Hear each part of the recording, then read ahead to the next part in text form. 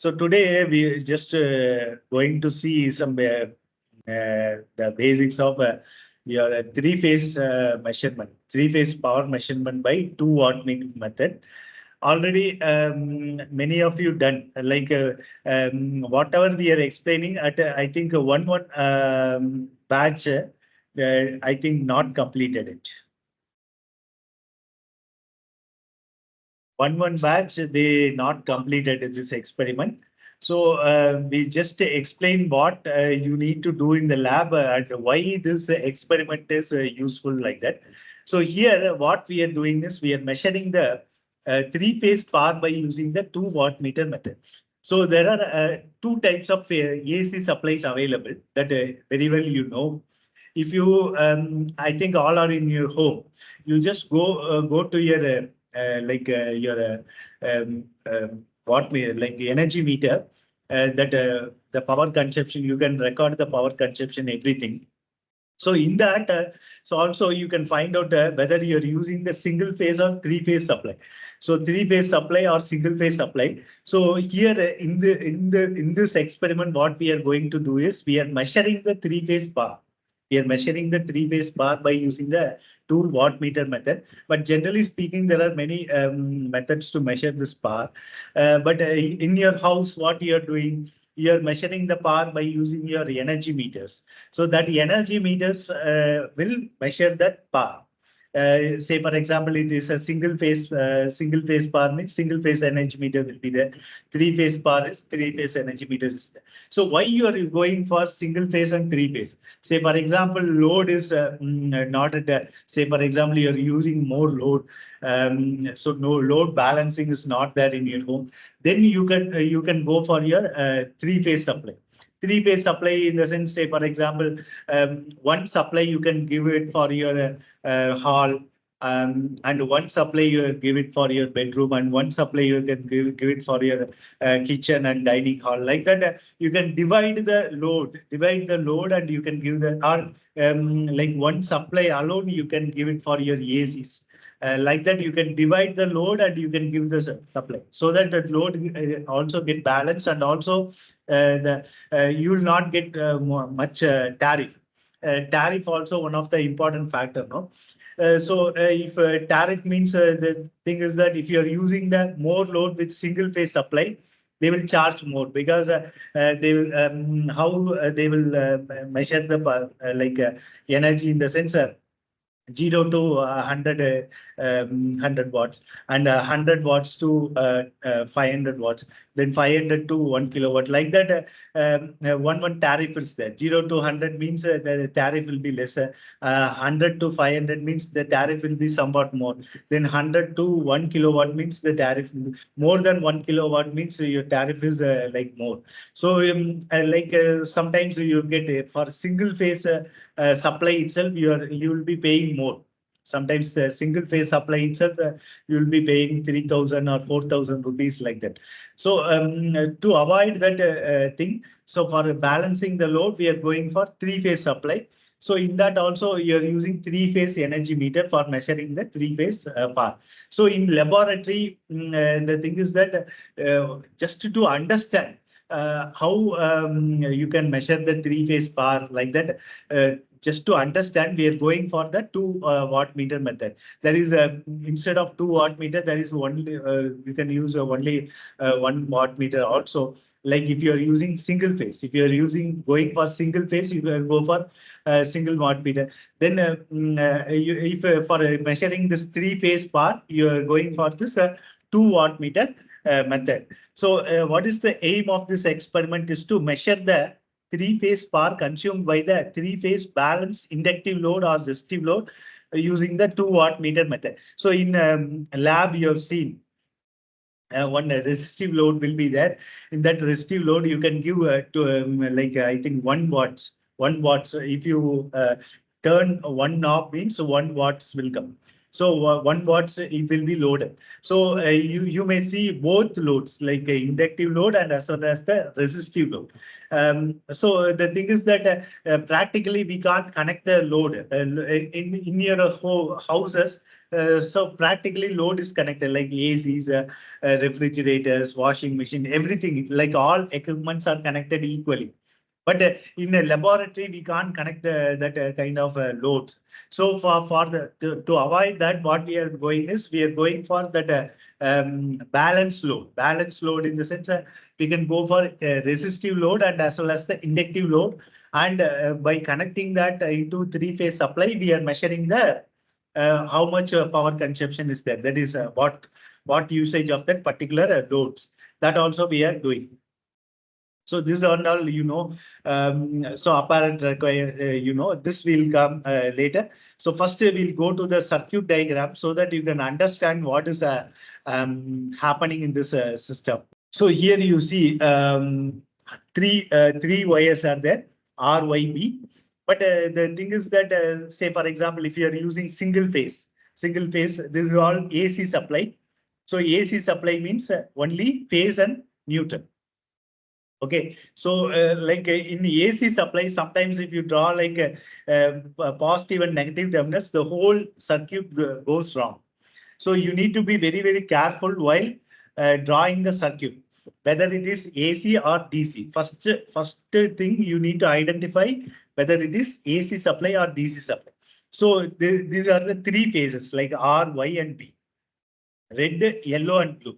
So you just go to your energy meter and you can see these three color wires, like a red color wire, a yellow color wire, and blue color wire.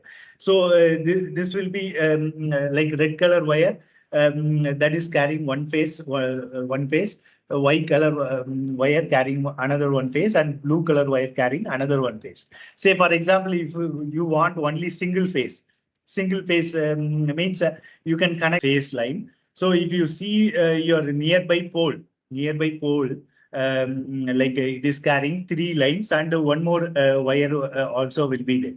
Okay, so say for example, this is R phase, this is Y phase, and this is the B phase. This is the B phase, and one more wire is neutral wire. So if you see everywhere, it will be like this four wires will be there in near to, like if you come out of your home and you can see the pole that is running towards nearby your line. So three wires will be there. Say for example, if you want to connect with a single phase supply, how they will divide the loads. Say for example, one home is will be connected to R phase. Okay, say for example, this is the home number one, house number one. So R phase it is connected. That is, it is connected in the R phase, and one more wire is connected to the neutral wire. So this is the phase and neutral. So this is how in your home it will be connected. So say for example, some other home nearby your home will be connected in the B phase like this. Okay, the same like this. B phase will be connected. So here we have taken from the B phase, and here also neutral wire we are taken like this. So it is like some other home number two. Say for example, some fault is happening in the B phase. Okay, and some fault is happening in the Y phase. So only R phase users only. If you see sometimes in the particular street, only R phase users only will have power. Okay, other home, they will not feel like they will not have any power supply. So like that also some practical scenarios will be happening in the line. Next, sometimes you can see like a Y phase supply. So sometimes the R phase will be down. Some fault might be happening in the R phase. So only B phase houses only will be having the power. So sometimes you will be having three phase. Three phase means whichever is connected to R phase alone. That R phase, say for example, R phase is connected to your hall. That hall only you will be receiving power. Other like kitchen and other rooms will not receive any power. So like that also will be happening sometimes. So the depends on the consumption of the load. You have to select whether you need a single phase supply or you need three phase supply also. Like that. This is somewhat the basics. So here, how this to measure this thing in the sense you'll be having the energy meters. So energy meter will measure your this what are the power consumption at unit time. So it will measure the time also. So in that energy meter, there will be one button will be there. So in that button, if you press all, you will be displaying all. So you'll be displaying the voltage, whatever the voltage is there. And if you press again, you'll be getting the current consumption. Then if you press again, you'll be getting the power factor. So what is the power factor of your home? That also you can measure. Like that, everything you can measure.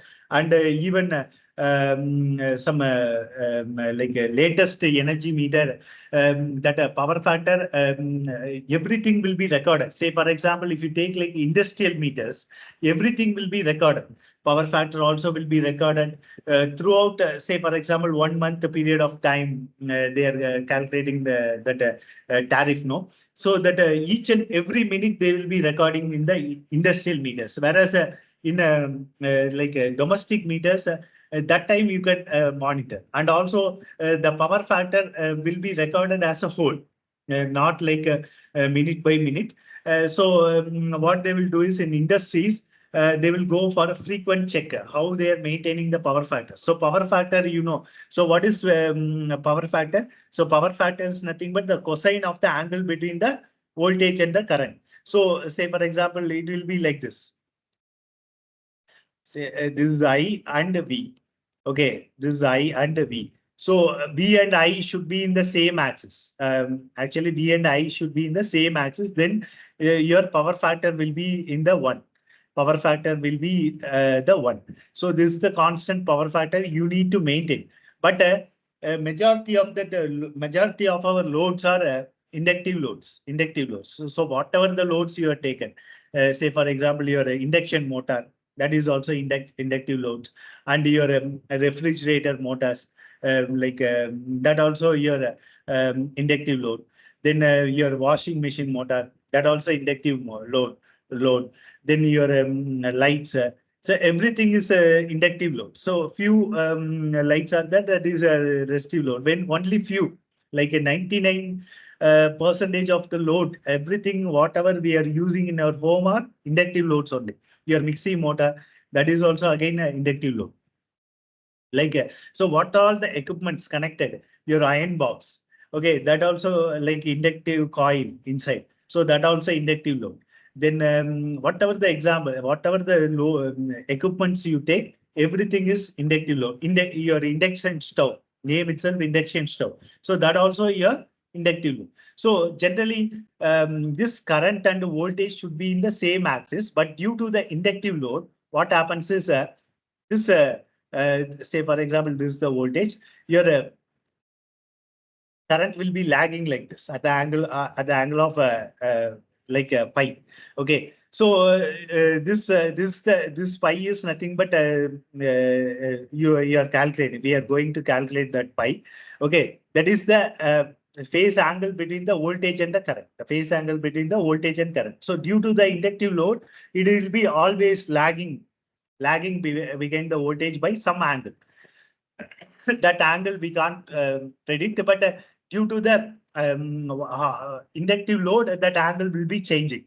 So if you calculate for this angle, you will get the power factor as not exactly like 1. You will get the power factor as 0.998, like that. It will be you will get. Okay, but usually you need to maintain 1, but practically you can go to your your energy meter, and one small black color button will be there. If you press that button, you'll be having the power factor also, whatever the power factor that is consuming in your home. So say for example, what you do, you just on all the loads, like all lights, ACs, like everything you on, and you just go and press and definitely the power factor will be not one, exactly one. It will be like 0.98, like that. Like that. You can just record that power factor also. But generally speaking, we need to maintain the power factor as one. So why we need to maintain the power factor as one? Because the power factor you need to maintain constant, because the what happens is, if you not maintain the power factor as one, what happens is, so automatically the conductor size of the conductor becomes more. Say for example, if you are maintaining power factor as 0.7, you are maintaining power factor as 0.7. It is a very poor for power factor. This will not happen. So this sometimes in industries they will not go to 0.7 also, because they will get power factor tariff. Power factor tariff in the sense, say for example, they are paying some small scale industry you take. They are paying 1 lakh rupee as a tariff for a 1 month. 1 month they are paying 1 lakh rupee. Even if they are not maintaining this power factor as one, if you are not maintaining power factor as one, and there is some tolerance limit, like a 0.9, like 0.95, up to that tolerance limit is there. If they are not maintaining, so in industrial meters, what happens is that power factor will be recording minute by minute, as I said, no. So how many hours the power factor is not maintained, that will be recorded, and that the industry will get a power factor tariff. Power factor tariff, say for example, 1 lakh they are paying, the power factor tariff will be more. They will be paying 10,000 rupees, say for example, I'm telling 10,000 rupees more for not maintaining the power factor. So they need to pay, instead of paying 1 lakh, they need to pay 1 lakh 10,000 rupees. So 10,000 rupees is more. So 10,000 rupees is more. Why? Because not maintaining the power factor as one. So for that, what happens is, what they will do in industries, they will maintain the capacitor banks. Capacitor banks. So whenever the power the phase angle is lagging like this, they will simply on the capacitor banks. So the capacitor banks, what will do is, they will lead the power factor. They will lead the power factor like this, instead of lagging. So now the power factor is leading. So automatically the power factor will be leading. So it will be like exactly one and more than one also sometimes. So if it is lead, mean automatically you will not get the power factor tariff. You should not lag. You should not make the that phase angle to come down. That is lagging. So lagging means you will get the power factor tariff. So you may ask your some of your relatives, or some of your I think your father also might be working in industries. You ask what happens if power factor is not maintaining the that particular limit. If in your industry, what happens, then how much tariff they are paying more. That also you can ask with your relatives, or with your brothers, or so whoever working in industries, they can know exactly this thing. Because if they are paying 10,000 rupees more, means say for example their turnover, they will be, that is loss for them. Generally they will not happen like that, but usually sometimes if you are not maintaining, if they are using more inductive loads in that particular industry there, so definitely they will be paying this power factor tariff. So this is the basics of this power factor and this thing. So coming to the experiment, now I can rub this. I think I can delete all these things. So coming to the experiment. So here what we are doing is, here we are measuring the power. Simply we are measuring the power, and from that measured power, we are calculating the power factor also. So here you see three phases there. So for measuring the 440 volts. 440 volts. I think in our lab you can observe this. In your lab you can observe this whenever you're switching on your TPST. There is the triple pole single throw. That is you will be having 3 poles and only one throw will be there. So TPST switch. In that switch, while you just on that TPST, so automatically you will get the voltage as 400 voltage sometimes and 395 like that also there. So why? Because due to the like uneven load in our college campus, sometimes you may feel this thing also. But usually speaking, they need to maintain this like they need to maintain means due to if the all the loads are matching, load balancing is there, automatically this 440 volts will come. So if you are using this three-phase supply also, you can go and check whether you are getting this 440 volts or not. 440 volts or 415 volts. Sometimes 415 will come, sometimes 440 will come. So there is some limits will be there. So tolerance limits also there for this voltage range. Okay, so for generally for measuring this 440 volts, so we are going for 0 to 600 volts. 0 to 600 volts. So why 0 to 600 volts? 0 to 600 volt voltmeter. That is MI. That is moving ion meter. For measuring the AC supply, so always you should use MI meters. MI meters everywhere. So here also you see this is the MI meters. Moving ion. That basics and all already you have studied in your subject detail. So what we are doing is here you are using the fuse. So why we are going for the fuse here? So any say for example somebody may touch anything this terminal here you can touch okay by your hand. Okay, so automatically what happens is the fuse will get blown out. So or otherwise in the incoming supply itself, you will be getting more than 440 volts. Instead of 440 volts, you are getting 460 volts or 480 volts sometimes. Or sometimes due to some fault, instead of 440, you are getting 500 volts here. So automatically what happens is this fuse will blow. So fuse is nothing but a protective device.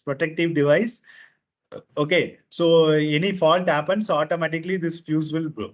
So there are many types of fuses are there. So in your home, the olden method of using, even though if you take that fuse carrier outside, that will be one big fuse carrier will be there. If you take out that fuse carrier will outside, there will be also you'll be feeling that fuse wires.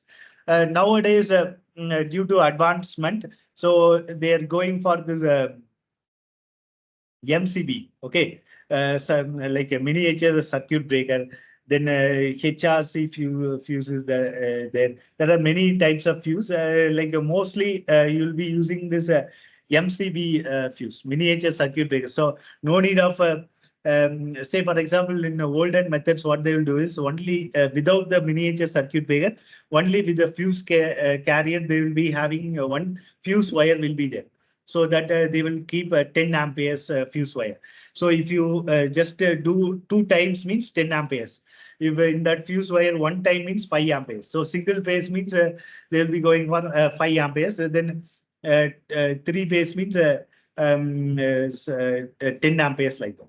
So sometimes what they will do, there will be a frequent fuse blown will be there. So sometimes what they will do, they will make a 3 times. 3 times means 15 amperes. So 15 amperes. So you should not use like that. So if you use like that, what happens is any fault happens, say for example, any equipment failure happens in the system, your fuse will not blow. Okay, so that fault current it will just happens. So say for example, you are touching one phase. you are touching one phase, the wires or some terminals due to some leakages in the, you are touching that wire. So automatically the fuse will not blow. You'll feel heavy shock. So whatever the fuse range, say for example, 3-phase means 10 volts. So that much only you need to wound that fuse. So if you wound 3 times, 4 times means that fuse current will be like 20 amperes. So by that time, if you touch that any wires due to say any fault happening, you are touching that. So due to 20 amperes, whenever 20 amperes more than that, the current will comes, then only the fuse will blow. So that is a wrong thing. So always you have, so whatever the fuse range is there, that much range, whatever the load current is there, that much range only you need to wound this fuse wire also. So nowadays, as I said, due to the advancement, you're using miniature circuit breaker. Miniature circuit breaker. So automatically it will trip. So so frequently you should not go near to your fuse carrier, take that fuse carrier and again. So even the fuse carrier also will be there, and also the miniature circuit breaker also will be connected. So whatever that in the miniature circuit breaker, there will be a limit. So 10 amperes means 10 amperes only. So automatically it will trip. So you can feel sometimes. So what happens is sometimes if you on your AC, due to some load current is more in that particular thing. So automatically your MCB, there will be a panel will be there. In that panel, there are more MCBs will be there. So automatically what happens is the MCB will be tripping off. So by that time you will not on your AC. Even though if you are on your AC, that AC will not on because due to some more current, automatically that particular MCB, whichever is connected to that particular AC will be tripped off. So again, you need to open that panel. You need to first you need to switch off the AC because again, if you just on that MCB, automatically it will again trip off. So what you will do, you'll go to the AC switch. You first you off that AC switch.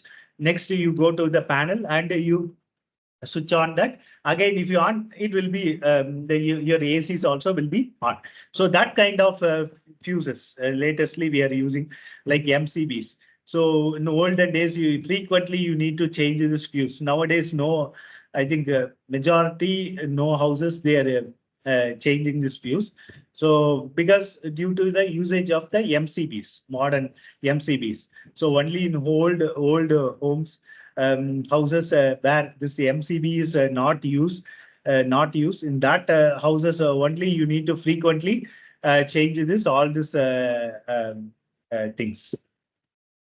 Okay, so that is also there. So in this laboratory, what we are for measuring this 3-phase, so we are going for 0 to 600 volts voltmeter, 0 to 600 volts voltmeter, and also here for measuring the 10 amperes current, we are going for 0 to 10 amperes ammeter. Ammeter that also. So always voltmeter that you need to connect it in the parallel. That is, you need to connect it across the two phases. That is always you need to connect the voltmeter in the parallel and ammeter in the series. So ammeter is for measuring the current that is connected in the series. As I said, the load of the resistive load is approximately 10 amperes. So you are going for 10 amperes ammeter for measuring the 10 amperes, not exactly your resistive load is 10 amperes. It is around some 9 amperes, it seems 9 amperes. So 120% of the your load. So for that rating, we are going for 0 to 10 amperes ammeter. Okay, here also in our laboratory, the voltmeter available range available is 300 volts. Next 600 volts, like that it is available. So for measuring 440 volts, you should not use 300 volts because 300 volts means you will not able to measure that 440 volts. So nearby value is 0 to 600 volts. That is there. Next, coming to the wattmeter. So wattmeter, unity power factor meter. So here there are in the wattmeter, there are 4 terminals are there, main, line, common, and voltage V. Okay, MLCV. In short form, you'll call it as mains, line, common, and voltage. MLCV you'll. So here, this is the this is the current coil, this is the voltage coil. So current coil, there will be 2 coils inside the, if you open that wattmeter and you see, there will be some 2 coils will be there. So this is called your current coil and this is your voltage coil. Okay. So current coil, you will be having very less windings, and in the voltage coil, you will be having more windings will be there, because it needs to withstand this 600 volts, and here it is in the current coil, it is only 10 amperes. So only few windings will be there. Few windings will be there. So that is also there. So this M and C. So while connecting M and C, you need to short circuit. And what you are doing is here, this common is connected to one phase of the R. And here again one phase, that is R phase, is connected to common of this ammeter. And ammeter next, like 10 amperes to M, you need to connect via with one wire. Here you see the voltmeter, common is connected to R phase, and 600 volts is connected to your Y phase. Between 2 phases you are measuring the voltage. Next, L is connected to your resistive load. Here also RYP. I think this annotation is not working. Here also you see RYB is there.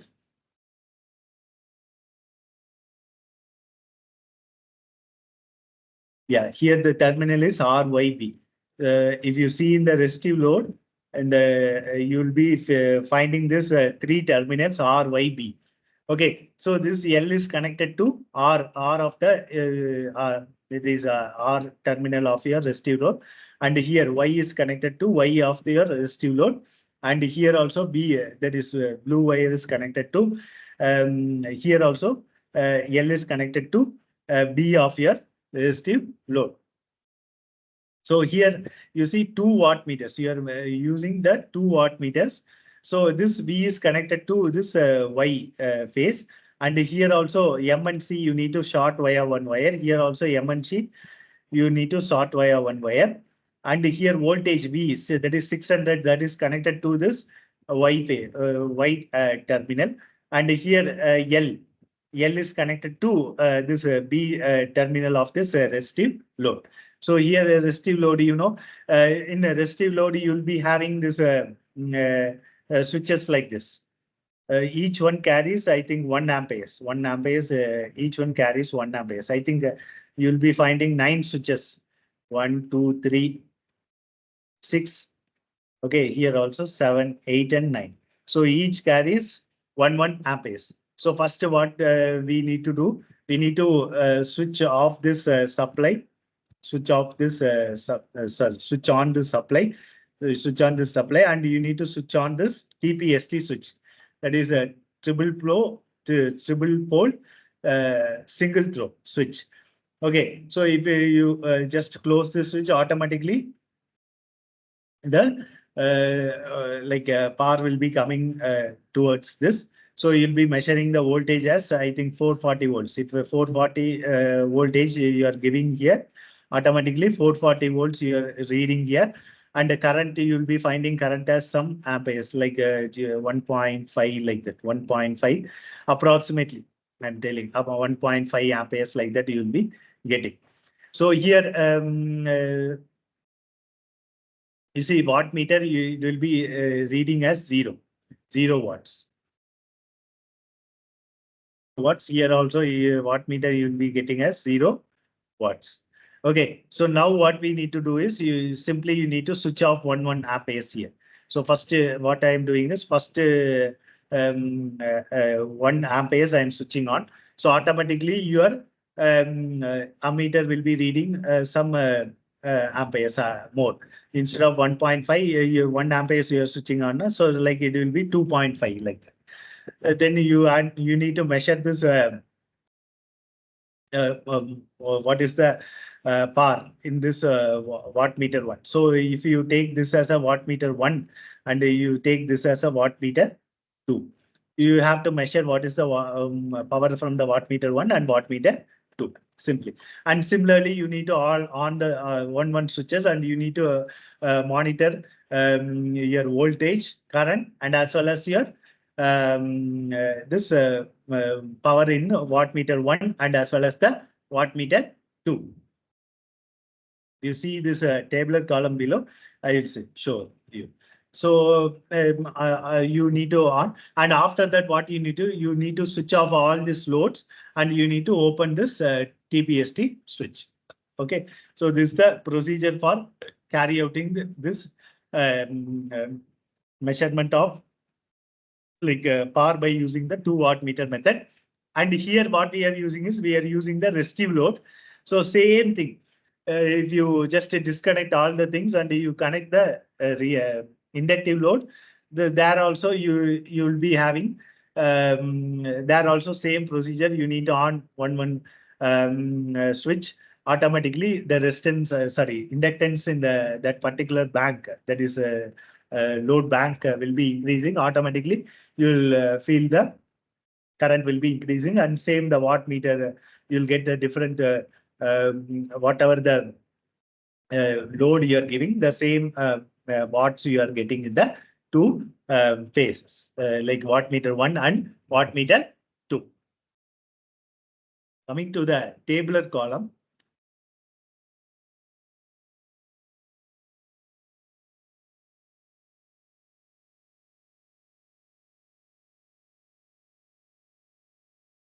Yeah, similarly, this is for inductive loads. I think here they are directly connected with the three-phase induction motor. That also you can do.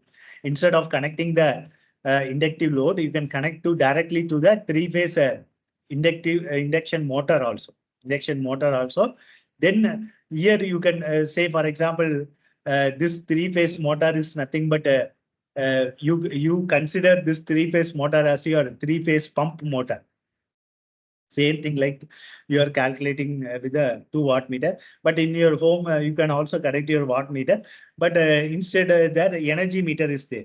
So what you can do is you can just calculate the power for different kinds of loads. So what you do is you just on your pump motor and go to your energy meter, and you can just press that black color button. You can just read what is the power that is consuming of your, you just off all your loads. Okay, off all your loads in your home. Just you measure what is the power that is consuming in that particular pump motor alone. Also you can measure. So that also you can monitor here. So here coming to the this thing, observation table. So first reading, what you can do is so first you just give on. So whenever you on the load, say for example it is a resistive load. Whenever you on the load, say for example first load is 1.5 amperes, 1.5 amperes. So automatically you will get the some watts will be increasing in your wattmeter, like wattmeter 1 and wattmeter 2, you will be getting some watts here. Okay, some power here. So that power you can add here. Say for example, here you are getting some 20 watts. Say for example, this 20 watts. This is some 25 watts. 25 watts here. 25 watts. So you need to add the total power here. So that is 45 watts. 45 watts. I'm just telling the example, but practical case, this might be different. I think some batches already you have done. So if you just to open your observation, you can clearly understood what is up.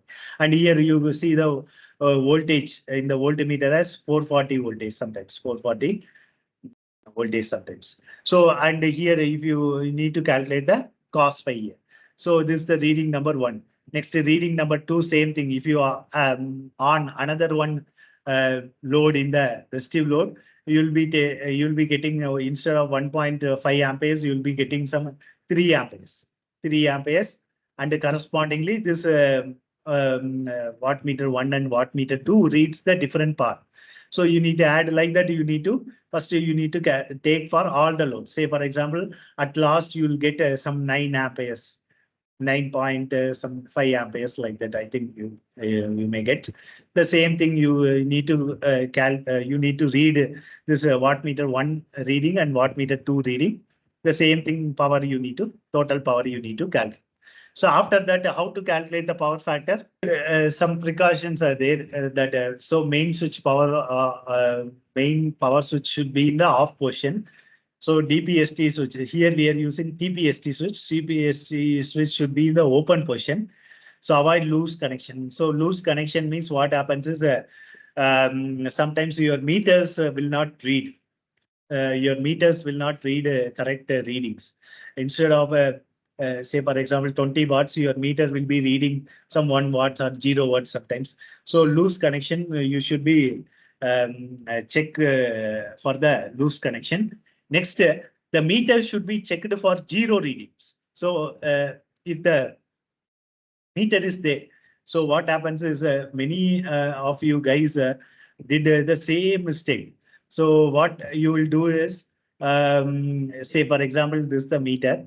You are getting reading how you are getting the reading. This is the reading. Say for example, this is the readings. This is the various readings like this. Okay, so this pointer always you should note down. It should be in the 0 position. If not, there will be some small net will be there. Okay, so if you adjust that, automatically this pointer will be changing. So in that you have to make it to 0 position. Then you need to find out you need to always ensure that, or otherwise you can do one thing. Instead, if that pointer is not moving by using this knob, so you simply you can note down that error. Okay, whatever the error you can minus. Whatever the error is there, that error you can neglect whatever the reading you are taking. So that is and one more thing is many of you are doing is avoiding you should avoid the parallax error. What is parallax error is?